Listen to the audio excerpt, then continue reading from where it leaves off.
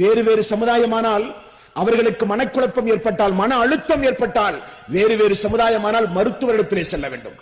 Counselling அவர்களுக்கு தேவைப்படும், மருந்துகள் தேவைப்படும். ஆனால் இஸ்லாமியர்களுக்கு ரப்பு கொடுத்த மிகப்பெரிய நேமத் என்ன தெரியுமா? மன அழுத்தத்திற்கு நீங்கள் ஆளானால், மன உளைச்சலுக்கு நீங்கள் ஆளானால், உடனே நபிகள் நாயகம் ஸல்லல்லாஹு அலைஹி வஸல்லம் அவர்கள் எந்த வழிமுறையை பேணினாரோ அந்த வழிமுறையை பேணும் போது மன அழுத்தத்தில் இருந்து நாம் விடுபடுகிறோம்.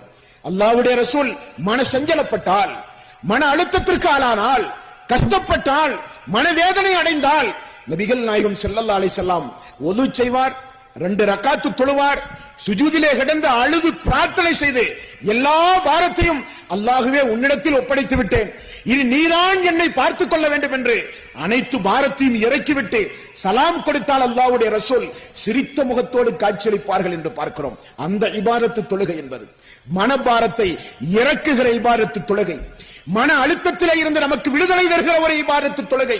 அந்த இபாதத்தை இஸ்லாமிய சமுதாயத்தை சார்ந்த நாம் வீணடித்தால், அந்த இபாதத்தை புறக்கணித்தால், இனியும் அந்த இபாதத்துடைய விஷயத்தில் நாம் பொடும்போக்காக இருந்தால் நிச்சயம் அல்லாஹ்வுடைய நீதிமன்றத்தில் அதற்கு நீங்கள் பதில் சொல்ல வேண்டும். யாரும் தப்பிக்க முடியாது, யாரும் தப்பிக்க முடியாது.